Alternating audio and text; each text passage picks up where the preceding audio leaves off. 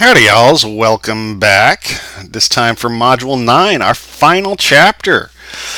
And this last module is all about kind of looking at the third revolution, the sustainability in the Anthropocene. And the Anthropocene is the term that we use to describe our current geological epoch, that it is a human-dominated influence on both climate and the environment. It is human-focused, right? Humans are doing all sorts of things all over the world on a global scale, right? And this is really since the Industrial Revolution. Now, we finish up Caton this week, all right? And if bad joke, please excuse me. If you're not depressed after reading that, go back and read it again. Sorry, couldn't resist.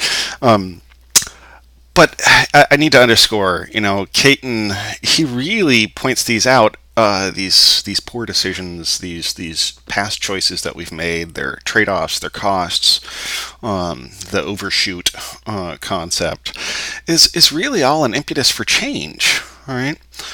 Since 1982, when the book was first published, we can see some significant social and cultural change that's taken effect.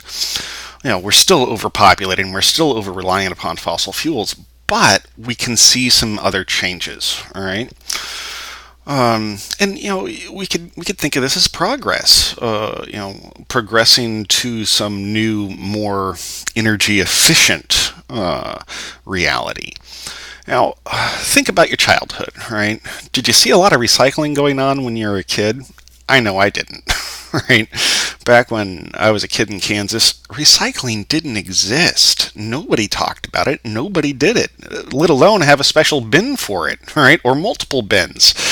Where I live in Oregon now, recycling is fundamental to life.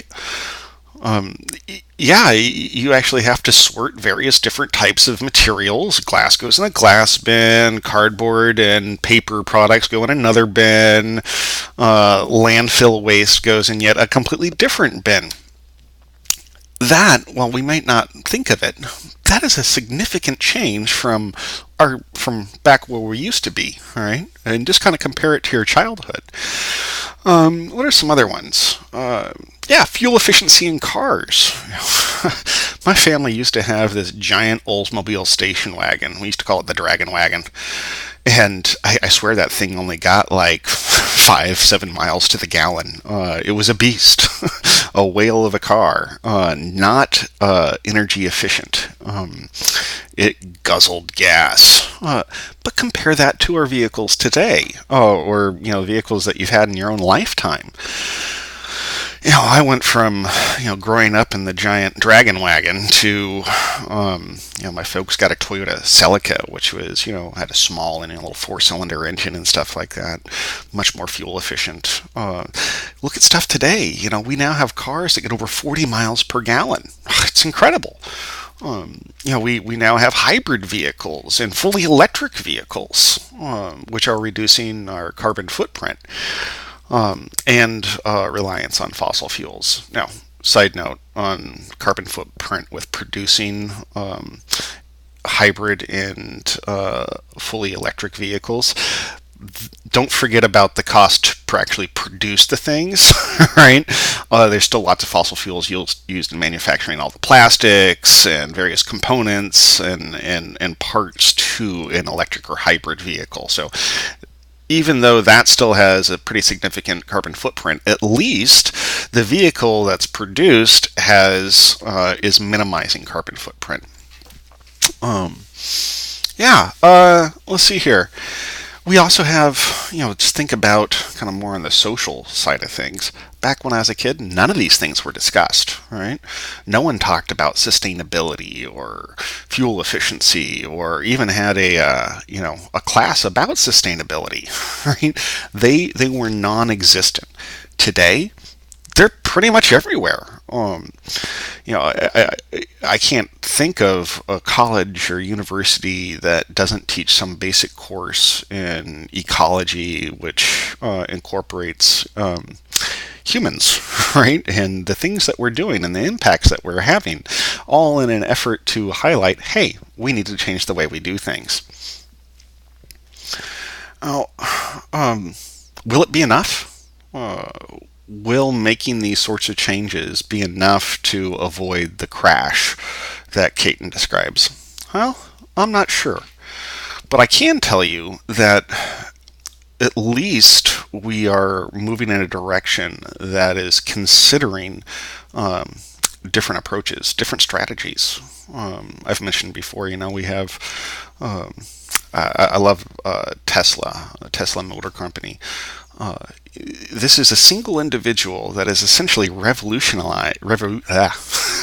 tongue twister, revolutionized solar energy, electronic energy, using fully electric vehicles, zero emissions. There's now a long, extensive waiting list just to get one. It's pretty amazing stuff. So I want to make sure to highlight that, so to kind of counteract the overly defeatist and pessimistic view that Caton often leaves us with.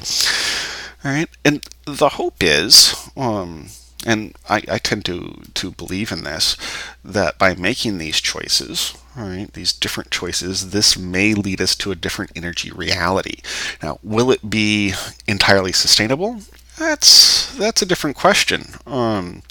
However, by not attempting to be sustainable, we definitely will not change our ways, right? It's only by attempting to be sustainable and recognize that we have significant impacts on our environment, which have feedback loops that affect us, all right?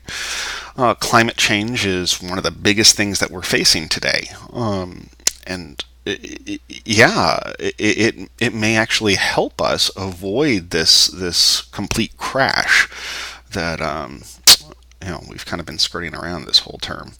So yeah, this week, rather than having our discussion boards like we normally have, this week you upload your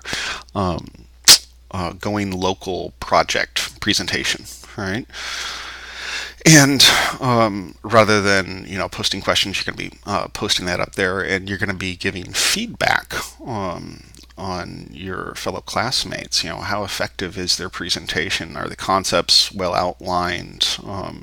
Be sure to look at the specifics that I outline in the discussion forum. So it's been a blast, y'all, and I really hope that the lessons that we've explored here are things that you're going to take with you. Because if you're of a younger generation, you are the future, right? And even if you're not the younger generation, you still make choices every day, right? Do you buy LED lights when it comes time to buy a new vehicle? Are you going to buy one that is a sports car, which is all about social status and whatnot, or are you going to buy one that is more economical, that is more fuel efficient, that has a reduced carbon footprint?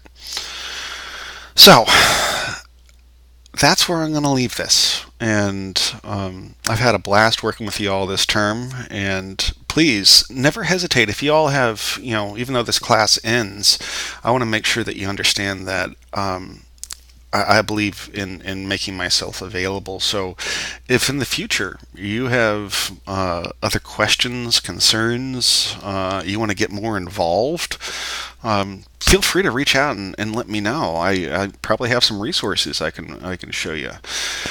I currently I serve as a social scientist for various international conservation groups. That's kind of how I try to contribute. So you guys have a great one. It's been a great 9 weeks, and I'll catch you on the flip side. Take care, y'alls. Bye.